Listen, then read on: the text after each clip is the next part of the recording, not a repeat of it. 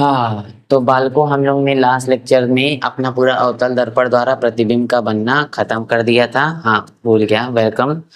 और अब हम लोग अवतल दर्पण द्वारा प्रतिबिंब का बनाना, जो प्रतिबिंब को बनाना था उसकी स्थिति सारणी, यानी कि कहाँ वस्तु रखें, कहाँ प्रतिबिंब बनेगा, वस्तु की प्रकृति कैसी होगी, ठीक है ना। ये सारी चीजें अब हम लोग पढ़ने चल रहे हैं। एकदम सिंपल सा है, मतलब कि ये जो टेबल बनाएंगे इस टेबल में आप लोग बस इतना जानेंगे कि वस्तु को मतलब आप याद कैसे करो। एकदम सिंपल याद करने की एक तरह से ट्रिक हम लोग पढ़ने जा रहे हैं। एक तो मेरा मार्कर बाबू चल ही नहीं रहा। हम लोगों ने टोटल कितने पढ़े थे, बताओ फटाफट। हम लोगों ने टोटल 6 पढ़े थे। 6।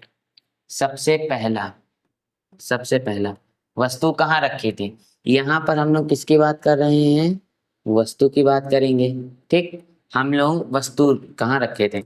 सबसे पहले वस्तु हम लोग रखे थे अनंत पर। सबसे पहले वस्तु कहाँ रखी गई थी, अनंत पर रखी गई थी। नंबर 2, जब हम लोग ने अनंत पे रखी तो उसके बाद कहाँ रखी, अनंत तथा वक्रता केंद्र सी के मध्य रखी। नंबर 3 पे हम लोग ने वस्तु को कहाँ रखी, नंबर 3 पे हम लोग ने वस्तु को रखी वक्रता केंद्र सी पर। नंबर 4, हम लोग ने नंबर 4 कहाँ रखी, वक्रता केंद्र सी तथा मुख्य फोकस एफ पर। नंबर 5 हमने कहाँ रखी, मुख्य फोकस एफ पर। और नंबर 6 हमने कहाँ रखी, मुख्य फोकस एफ तथा दर्पण के ध्रुव पी के मध्य रखी। ये 6 वो पता चल गया वस्तु हमने कहाँ रखी। पहला रखा अनंत पर, दूसरा रखा अनंत तथा वक्रता केंद्र के बीच, तीसरा रखा वक्रता केंद्र सी, चौथा रखा सी तथा एफ के बीच यानी मुख्य फोकस, पांचवा रखा एफ यानी मुख्य फोकस पर, छठा रखा मुख्य फोकस तथा दर्पण ध्रुव पी के बीचों बीच।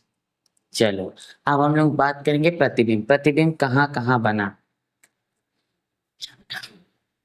अब हम लोग किसकी बात करेंगे, प्रतिबिंब की। प्रतिबिंब, वस्तु रखने पर प्रतिबिंब कहाँ कहाँ बना। अब देखो प्रतिबिंब कहाँ बना, जब हमने अनंत पर वस्तु रखी थी तब प्रतिबिंब कहाँ बना था, तब प्रतिबिंब बना था,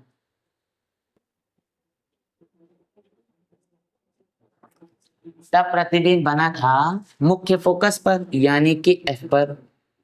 तब प्रतिबिंब कहाँ बना था, एफ पर। देखो मैं आपको एक ट्रिक बताता हूँ, जैसे जैसे आप नीचे जाओगे वैसे वैसे प्रतिबिंब ऊपर जाएगा, परंतु यहाँ से नहीं, 5वें नंबर से ऊपर। अनंत पर हो तो ये वाला, इस पे हो तो ये वाला, इस पे हो तो ये वाला, फिर इस पे आए तो ये वाला, फिर इस पे आए तो ये वाला, इस पे आए तो उस तरफ। देखो अभी मैं समझाऊंगा। तब एफ पर बना था। जब हम लोग अनंत तथा सी, अब आप लोग अपने नोट्स लेके बैठो, अनंत और सी पर जब वस्तु रखे थे तो कहाँ बना था, वक्रता केंद्र सी, उल्टा हम लोग चलेंगे, मुख्य फोकस एफ तथा वक्रता केंद्र सी के मध्य बना था।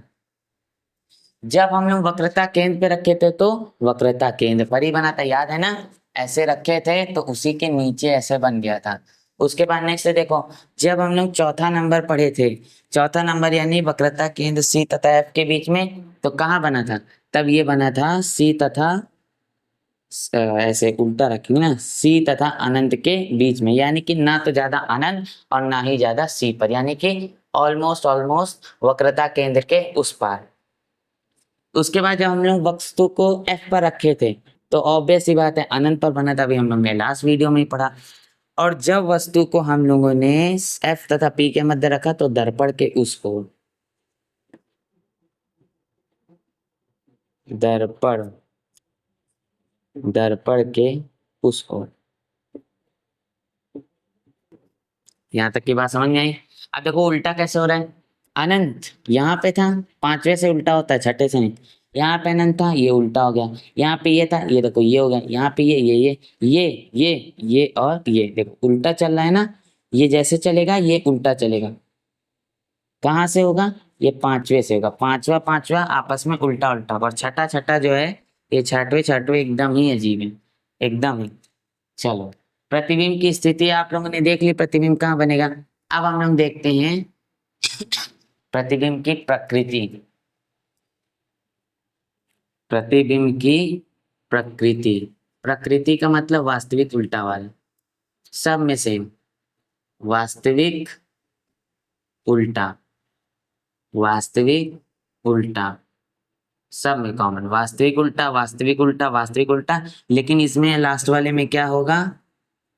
आभासी सीधा, आभासी तथा सीधा।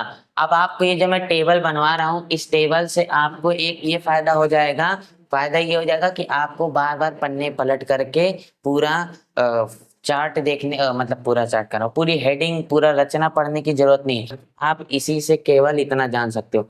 आपको इतना तो अंदाजा हो गया होगा कि प्रतिबिंब कैसे बनाया जाता है, किरण आरेख कैसे खींचा जाता है।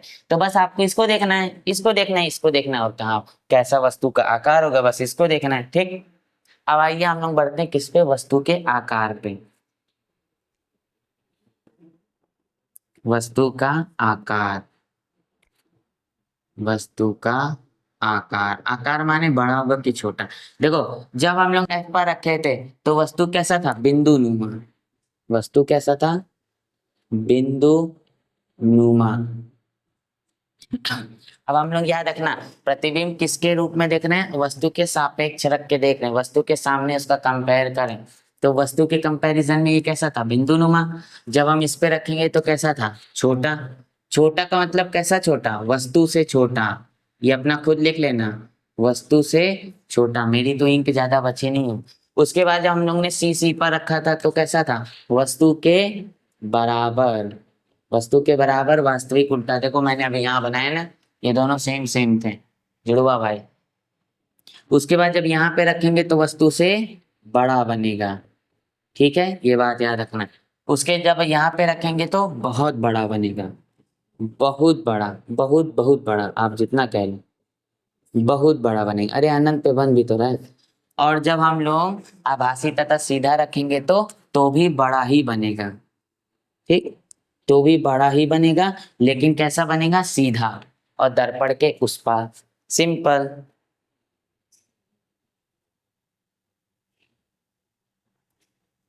ठीक, समझ में आ गया ये टेबल? अगर आपको ये टेबल समझ में आ गई हो तो फिर इसके बाद वीडियो को यहीं पर एंड करते हैं। आप लोग फटाफट इसको नोट कर लो, उसके बाद आप लोगों की ये क्लास खत्म। नेक्स्ट वाली क्लास में देखो हम लोगों ने क्या क्या पढ़ लिया। हम लोगों ने प्रकाश पढ़ लिया, प्रकाश से की वस्तुएं पढ़ ली। उसके बाद हम लोगों ने प्रकाश का परावर्तन पढ़ लिया, दर्पण के प्रकार पढ़ लिए, दर्पण द्वारा प्रतिबिंब के बनने में, अवतल दर्पण द्वारा प्रतिबिंब का बनना और अवतल दर्पण के उपयोग पढ़ ले।